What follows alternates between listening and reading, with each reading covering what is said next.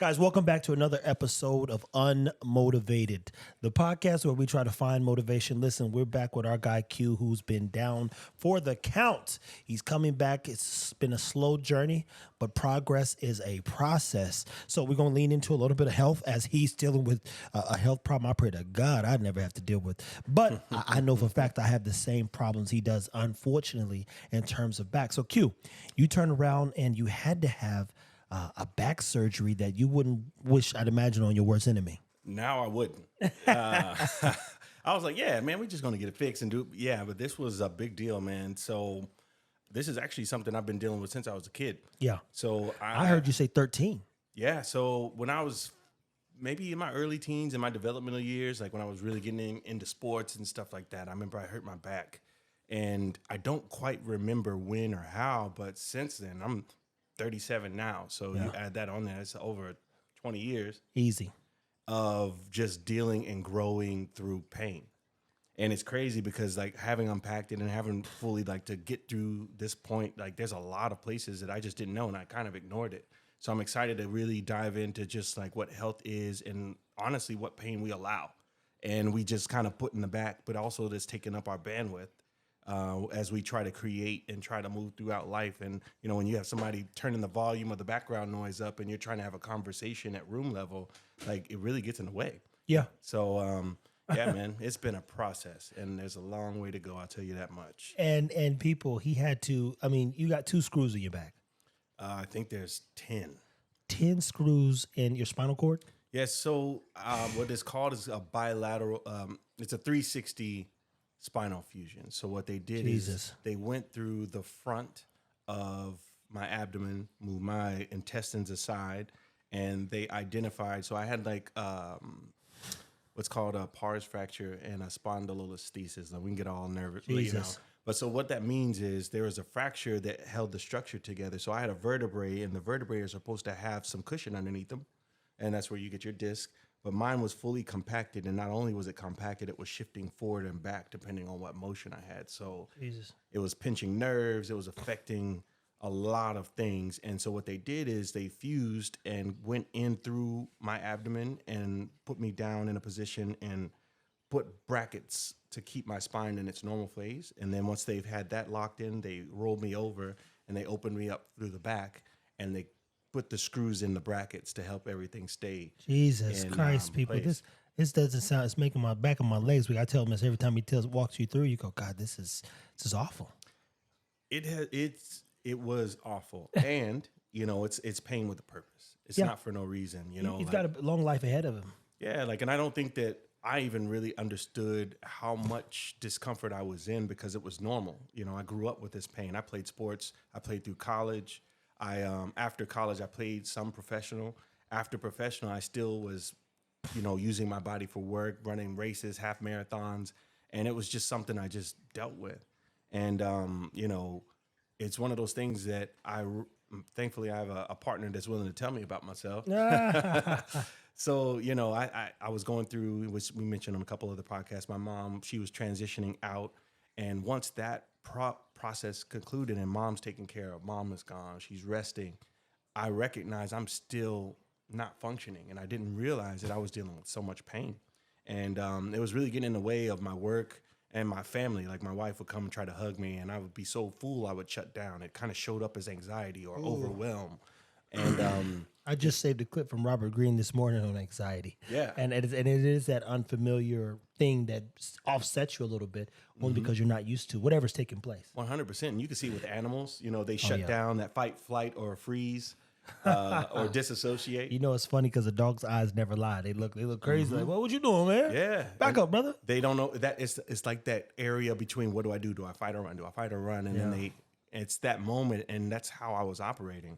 And what would you say that this particular surgery, and we talked a little bit about it off camera, has done for your mental health, man? I mean, it even, you know, I know it woke you up a little bit, and it potentially going to open and close some doors in your life. But, you know, what's the biggest impact it's had on your mental health? Well, there's a few places, right? So one of them, it's actually giving me some hope, something to look forward to. Like there's been a couple of moments where I just was standing and I'm like, wow, my legs don't hurt. So when you have issues in your spine, it's not that my back always hurts. Yeah, the muscles are tight, But when there is a vertebrae that's going and hitting your nerves, that pain sensation, like it's an electronic impulse, it starts in your brain and it goes somewhere else. Like my thighs would hurt. It feels like somebody was burning me with a torch. Or the top of my shins would hurt, and it felt like my legs were falling asleep but painful. Or I would stand up and fall down because my legs don't work. Or but it sounds like what I be dealing with. Yeah, it's crazy. Like spinal pressure, or let's say it shows up in your GI, and you're not having comfortable bowel movements, or like stuff like that, or you're having gut pain or tension. And so one of the things that the doctors told me was like, my pain tolerance has just kind of normalized to level 7, right? So let's just say you like caffeine, and you drink coffee every day. Yeah. You're gonna need a little bit more caffeine for you to feel the effect of coffee. And now you're taking espressos, and then and that's how I was with pain. It's a legal drug for a reason. Operating under discomfort. So for my mental health, like being able to have freedom enough to have some clarity and be able to see things. Yeah. Number one, that's like hope is a beautiful thing. I haven't experienced that in my physique. I can actually build on a foundation, but also too, as a man, this is a very vulnerable time, like where I can't do for myself. And that's a big one. I've always done for myself. I left the house early. I left the house at 17. I've been doing for myself, but I can't, man, like putting on my socks. Wifey roasted me the other day. She's like, man, why your feet so ashy? I was like, man, I can't reach down and put lotion on my feet. Will you help me? But so I think the best part about, for me, this has been like a planned factory reset. Like there's not many times as an adult that you can really just sit still and just let the dust settle, and also lean into your support systems. Yeah. So for me, it's like, it's a chosen vulnerability, which is extremely uncomfortable, but it's actually nice to be able to ask for help and receive it. Like, I mean, the fact that you guys came to my home is a big deal. I can't drive yet, so. Yeah, he goes, hey, well, I can get picked up and dropped off. I said, it's like high school, boy. He like, I can catch a ride, brother. Yeah, well, mama gets off work. Hey, but when the wife get off work, she might can drive. I got to ask her. She'll ride up and take me up the street, but I could move around. But I said, look, man, it ain't no big thing. We could definitely come and spend some time with you, and even more importantly, get some work done. Yeah. I love work. But how many times, like, as a professional, like, I know you keep your circle close. Like, how many people do you that are just now impacting your circle do you lean into and be like, hey, man, would you guys mind coming through? That's a big deal. And then, I don't even know how to answer that question. I don't know how to answer that because, that circle for me is still formulating. It's under construction. I wouldn't say that I have a circle. What I have are some people who believe in themselves and they're trying to figure out their path. And it's kind of like if you got on Jordan's team or you was right there with Steve Jobs and even Steve Ballmer, who said, I was basically Bill Gates' secretary. And this guy's a billionaire now, but he says he literally had me come to meetings because I was the only guy who had a tie at one point. And you go, okay, I don't know what I don't know, but I do know this guy's going somewhere. And so to get in the room or be a part of this journey probably could be beneficial if I just kind of like figure out what role to play and how to lean into it. And that's been realistically the story of all the greats. It was Reed Hoffman, my bad, who said if he could have got in the office of Netscape Communicator with Michael Andreessen, he said, I would have just worked at the fax machine to been in that room when they were building that. And you think about that. Pride Eco, he's worked at PayPal and it sold for $6 million, but he wanted to be in the room with some people that were just as great. So in this case, the circle, it's an interesting thing because, to be clear, I've never had a circle. Yeah. I've never had dependability, reliability, friends and people that were considerate, who wanted to do the work, who didn't mind without an attitude, going the extra step and, maybe walking the extra mile. Yeah. I mean, but like that right there, it's almost like, a lot of the lessons that we learn in life with time and just being hard-headed, like my time of getting it and receiving it and absorbing it because it's necessary is like cut down. Like even today, like Jamarcus going back and picking up the sound. I'm like, man, I'm so sorry. And he's like, bro, say less. It's nothing. And like for me to be like, damn, thanks, bro. Like just to receive that. I mean, think about like being an entrepreneur. We're so far in survival half of the time. Most entrepreneurs either go into entrepreneur with a crazy passion that they're willing to go and suffer for, or necessity. So I think the challenge becomes with that is I think it's more survival when you are a black entrepreneur until you can shift your mentality. Yeah, that So crab in a bucket. You're thinking, because every time, even when you look at Elon, he's like, I put up the last $6 million I had to invest in SpaceX. Right. He looked like he was sweating. We'd have been strung out. I was like, Bridges, can I get the 6? Let me get 1.5. I'm good. And so when you look at survival starts at such a young age for us that we never normally get out of the mentality of surviving. So now, just like you saw the piece he had when he's like, y'all go get the mics. They know I'm not rushing nowhere. So if I show up somewhere, it's because I chose to be there. So I'm not surviving. We are going to advance. And the way to advance is to pace ourselves, think intuitively about where we want to land, how to get there, and really continue to align ourselves with people who understand what, why, and how, the work, to say the least, man. Yeah, man. So, I mean, this whole process it's still evolving. But, man, it's just being forced to be kind with yourself. Oh, yeah. And choosing a season of stillness, right? Like it's been, my life's been really hellacious over the last 5 years, man. Like, to say the least. The last 3 were super intense, and to be able to like just realize that, you know what, I've done enough to where I can take a couple months off and just really pour back into myself and fill my cup up. It's been incredible for my mental health, man, because I can actually see.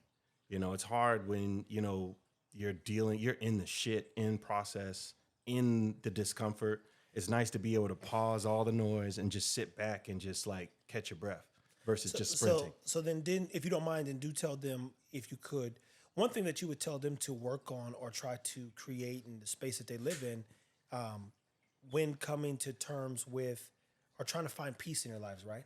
Because part of your health is having peace. Peace is a moment in time we get to think and see clear, even if it's just seeing your own values in a sense. So in your case, you said the last few years have been hellacious.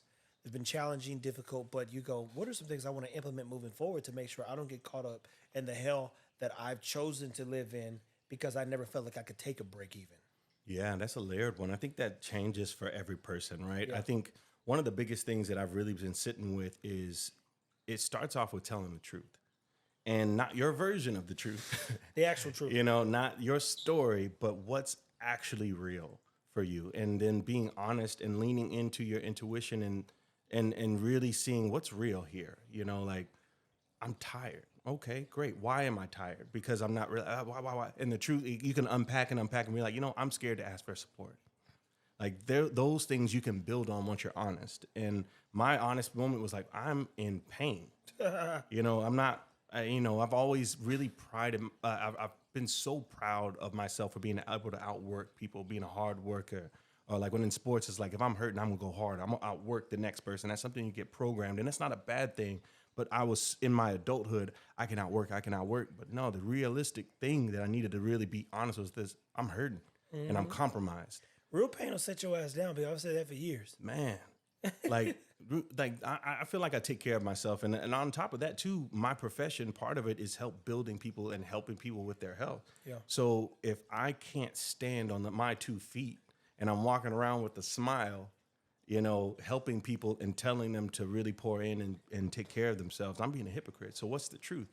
I need to do, take my own medicine. So telling the truth, I think, is one of those things that can start. And if you can't hear the truth or see the truth, when I was really going deep into therapy and building my mindset, one of the exercises that they had for us was figuring out how you show up in the world. Because if I think about self, me, Q, Quentin, that person that's in my head, my mind's eye view of myself doesn't actually really exist.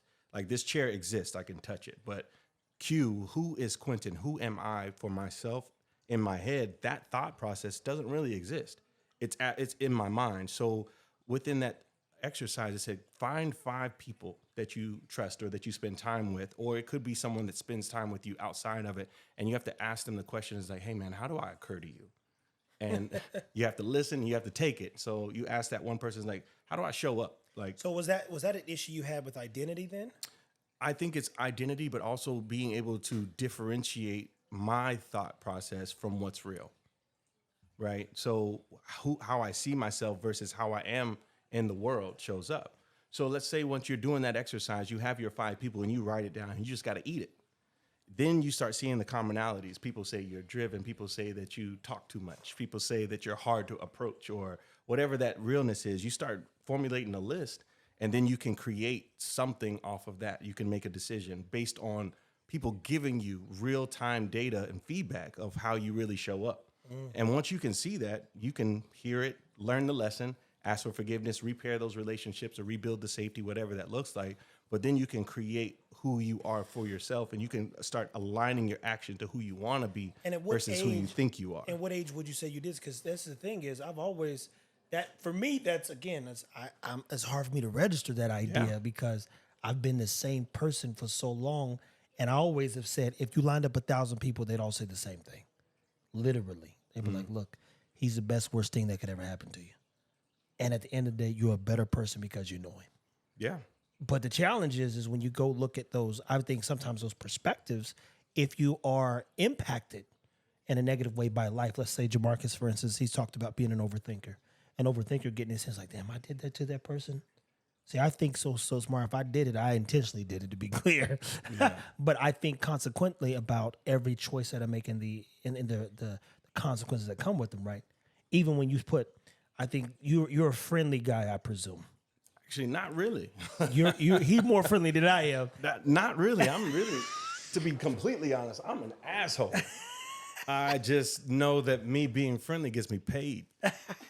Look, and you know what's crazy? I've been a prick my whole life, and they keep paying me. I don't know why this keeps working. I'm working on it, I'd man. be confused. Like New York was the best place I've ever lived because I could be me. And they were like, yeah, I respect that. Keep it moving. Yeah. In the South in California, nah, man. It's crazy. They want you to dress it up. Man, like, it's interesting. Like, you're 6'1", 230 pounds, and you're walking around prick. You move people out the way. Yeah. But, yeah, if you're in a sales position, I need to bring people to me. Yeah. I got tattoos and dreads, man, and I'm chocolate. That's two, check. You know, to get in certain rooms, I've had to make that dance. And you know what's so interesting? That's just interesting. Right? because, again, I think it's sometimes the latter. And so in some cases, I think people go in with that idea of what they got to be. Mm-hmm. And then some people are what they are, and it like you still end up in the same place. It's crazy. It's crazy. That's crazy. And especially, I think black people too, like I refer to her literally every time we sit down and talk. Dr. Venus Opal Reese. Yeah. She is completely her authentic self, and she attracts the people that work for her, and she reflects the people that don't. Yep. And that, for a business model standpoint, when you are, I think a lot about how I was raised and where I was raised and when I was raised in Huntsville, Alabama in the 80s. So it was not safe for me to be fully self-expressed. At least that's what I was told by my parents, right? My dad came from D.C. and Baltimore, inner city. Oh, man. Like, he was raised in the 60s in inner city Baltimore. Crazy, bro. That's crazy. Being a black man in the 60s in inner city Baltimore, it's not intelligent. They got jumped after school. So beat the hell up. Right. So if you're indoctrinated from that perspective, like, cops aren't your friend. That's what my dad taught me growing up. The police aren't your friend. At all. And so you hear that, and then I go into these schools where there's a lot of white people, and, me being loud actually gets me in trouble. If let's say on the playground, I was playing around with a girl, first grade, she slips on a rock and cries and tells the teacher that I push her. I'd say I did not push her, but if there's a crying white girl saying that, I got in trouble. It didn't matter. No, you pushed her. Yeah, I pushed her. And so, like, growing up, fast forward 30 plus years later, you learn that closing yourself off. And I think a lot of your listeners and viewers will have a lot of the similarities. Like, I close off my self-expression because it keeps me safe. Yeah. And you learned at a young age, that you being yourself kept you safe. Yeah. Because it also it's like a double-edged sword. 1,000%. You closed them off, and I pushed them away and attracted the ones who could withstand the storm. Exactly. Because I'm like, they're like, oh, he's a little too much. I'm too much for you. True.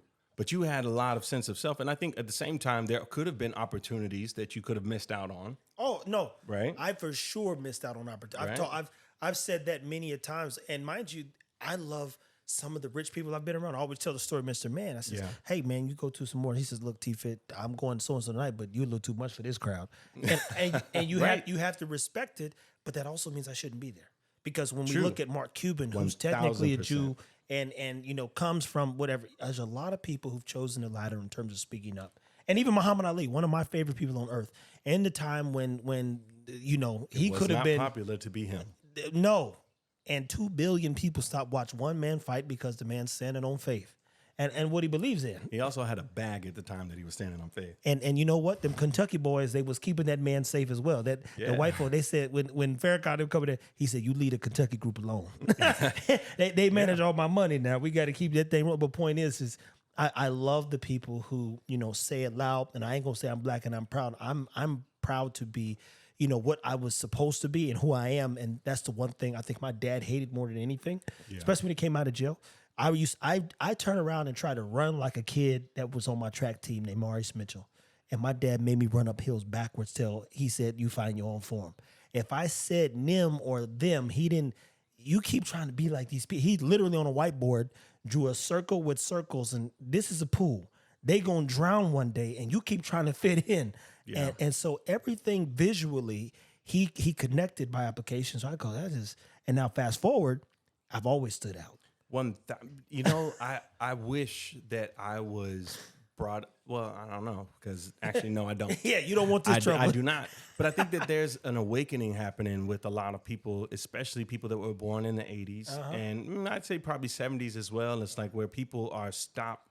I mean, you see a lot of people quitting their jobs or getting out of marriages and relationships and almost like reinventing themselves at a quote unquote middle age. But like, I think for the vast majority of people, it's like, you were who you were. And if you were an alien, you thought you were the problem, and you kind of dim your light to allow other people, to feel safe around you, Yeah. And I think that's why you're you. You got the lesson and you took it. And I feel like there's a lot of people, especially those small town Southerners who got really indoctrinated into religion and not the love part of it, but the control part of it, And you think about where we come from a historical wound of being slaves, where our identities were removed from us.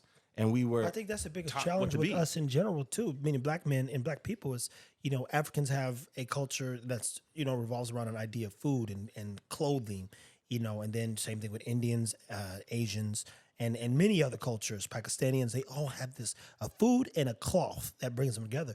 Do-rags and sagging is not it. Yeah, it's not and it. That's and even whatever it is, it's associated as white tees, thuggish or gangster, which is a target. And then, mind you, it was the pride that come with being, said hoodlum until the hoodlums go. Once you make it, you get past a certain stage, you can't even find the energy anymore to have that mentality to like go out and have to like hurt somebody. You're like, I can't. This is gonna take too long to recover. I'm trying to tell you, it's all goes back to that at the end of the day. And I know probably we harp on like slavery, yeah, but it's a real thing, man. I say there's a lot mentality of though too, though. Mm-hmm. They robbed us of the mentality of having an identity and being strong in oneself. And I've said this before to even some black men off camera. I said, think of it this way: you walk in a room and the first thought you have is you want to be liked, right? And then turn around. They don't like you to start with, so you got to oversell. Now you got to be somebody you don't even know how to be because you went in there and couldn't be yourself. I feel like that's with black people 100%. I can identify that as a cis straight male, right? Mm-hmm. But like, there's so many intersectionalities. If you look at like women of whatever color, creed, nationality, you look at the gender identity now. You look at sexuality, right? Like, could you imagine like being a black gay man in a room full of cis, whatever the case may be, straight heterosexual men? Like, and there's a lot of people living the life that they thought they had to live in order to be accepted or to survive. And now people are starting to be like, you know what? There's more people like me. We have access. We have internet. We have, I can have a conversation with someone in China right now and get the truth. I'm literally going to be on somebody's podcast in Ecuador, I believe. Yeah. And they just said, man, what's the time zone over there? Because I'm in such and such. I'll shoot you a day and time, and we're really inspired by your work. One of the things, I've said no to more things, but been more open because this thing called the internet really does connect us to a bigger world, and it puts us on bigger platforms. And our world is small. It's very small in terms of America in comparison to what's going on in the other world. Absolutely, man. And once you can't outrun truth. And then once the truth catches up to who you've had to be, which is a story, and I mean, we're talking about health and pain, but I think it's just at the end of the day, it's like, what's the truth? And that's the beauty about even this particular concept or topic is, you start with being a strong guy, which you've always been, being so strong from 13 that you've lived and died in your own pain. Your pain topped out, unfortunately, when mom checked out. But in that moment of pain, you found some relief by saying, like you said, let me take care of myself. And then in this time that you're down, you're reflecting on how you want the next 20 years of your life to go. So even coming in contact with us and us being supportive and trying to help potentially add value to where you want to take yourself, you go, that pain was, I told you that Kirk Franklin song is preparation for your destiny in a sense. 1,000. And all the stuff that I've definitely been through, it's reason why I can stand on principle and strength, because you go, the person I looked up to the most did the most harm to me. But the irony is he did the most good. Isn't that crazy? the most good, the crazy? reason why I can be who I am irrevocably, beyond a reasonable doubt, is because of that man who believed, who hated the idea of me ever going to prison, who made sure that I could communicate effectively, and told me that being black was a superpower. See, they're always going to be worried about you. Man, I didn't hear that until I was 35 years old. No. He said, if you can communicate and you're educated, you can talk to anybody. If you can talk to anybody, you can get anywhere. And I thought, you look at it now, and my voice, it lends itself to those people who are looking for hope, looking for something to look into, to believe in, to be a part of. And that's even why we're sitting here with you, because you're another person who I believe's voice could lend that opportunity of hope. Through tragedy and suffering and truth and honesty and being authentic, that could help save someone else's soul, man. I received that. And I think that that's where, like, there's always a purpose in the pain, right? Mm-hmm. There's a purpose in the pain. And I think what I'm discovering in these conversations, I mean, you said some heavy stuff I got to just chew on. Being black is a superpower. I'm like, man, my inner child just got teared up off of that. Yeah. Being a black man is a superpower. What? I mean, that's crazy. Like, just like, wait a minute. Dun, dun, dun, dun, dun, let's get it. Hey. And I don't even have to put a cape on for it. No, we already have been identified, whether they want to or not, as some of the most masculine men. And why do you think they're trying to kill us? But that's a whole nother one. But you get my point, though. So if we're both pain. big guys, when you're healthy, everybody walking around, you go, okay, they're looking, they're worried. It's crazy because like that's one thing that I've really noticed is like I've always walked in rooms and people like get smaller or they kind of get away or grab their purse. See what I'm saying? And like for me, I was like, well, I need to make them feel better about themselves. And now I'm like, you know what? Yeah, you should respect my energy, and that's something to do with you, not me. But it's taken some time. And I think that's bringing it back is like the purpose and the pain, right? Like I'm recognizing that I'm going into the idea of potentially being a father someday, right? Yeah. And like, what do parents, what they want to do is they want to protect kids from what they've experienced. And I think that's an antiquated way to look at it. At the end of the day, I want to make myself obsolete. I want to be able to love people, the purpose of whatever it is, to love them and give an example of how to navigate pain that they can relate to. So you can just see, not to prevent you from experiencing, because the only way you're really going to get whatever you're trying to do is you have to go through your process, right? Well, and I think a better way, if you're a parent out there that's super protective, to look at even that statement is, I don't want to protect the kid from, what I went through. I want to empower them. Yeah. So that they never, if you have the power to make good judgment, good calls, have perspective, use discernment, and even more importantly, feel safe because you can see what's going on due to the fact that I've taught you that one skill that I think many kids are lacking. The instinct side of things are gone now. You raised in an environment I was raised in. Right. You looking over your shoulder, just paying attention to gestures and linguistics and the body. You go, oh, that nigga on some bullshit. And that stuff translates to what? Hollywood and anywhere else you go, which is why I think 50 and them are so good at it. Because they can smell bullshit a mile away. Man, see what I'm saying? Yeah. So when we're protecting, you'll miss something. If we see everything and they can be empowered, and then you have those real conversations, literally like my dad drawing on that whiteboard and saying these, and then you think about it. Right. I could name people right now that I went to school with that literally were killed. One of them, I recorded his sisters. He was drug out of his house, and Raymond Khalid, and shot in the back of his head in front of his baby mama and daughter. And she missed a phone call. She tells a story. I went to school with this dude.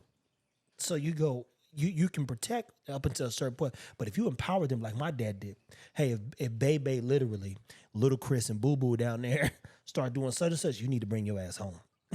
Now go out there, don't do nothing stupid, and don't get yourself killed.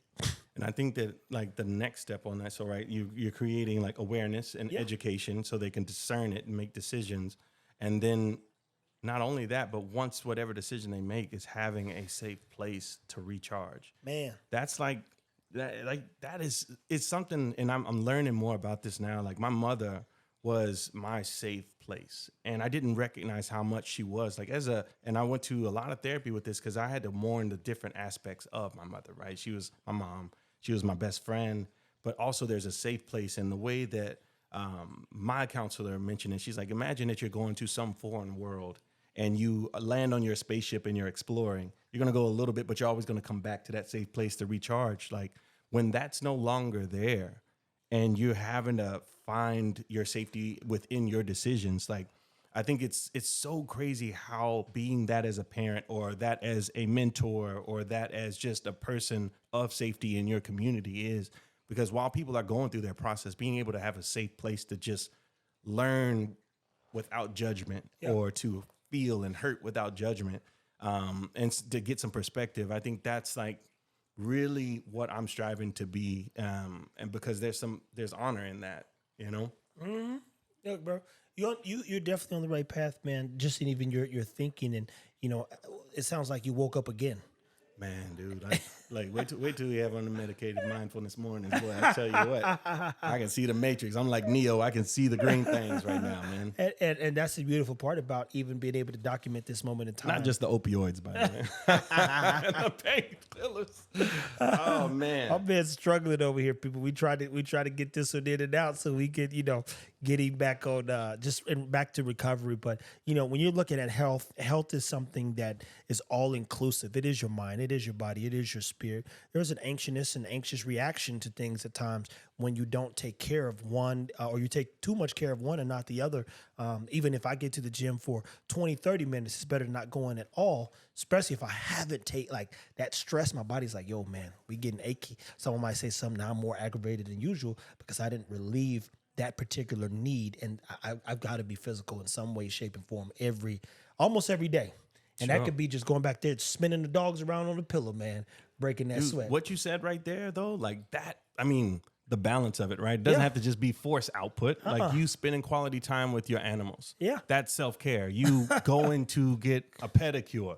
That's self-care. You cooking. Maul did the other day. And getting some, like taking care of your body from the inside out. My body, I cannot physically output. Yeah. So spending time with Black men and getting poured into, and somebody like, hey man, you good? Like just allowing myself to be supported. Yeah. That's self-care. And like redefining what that looks like and really tapping into what you need on a balanced schedule and balanced agenda.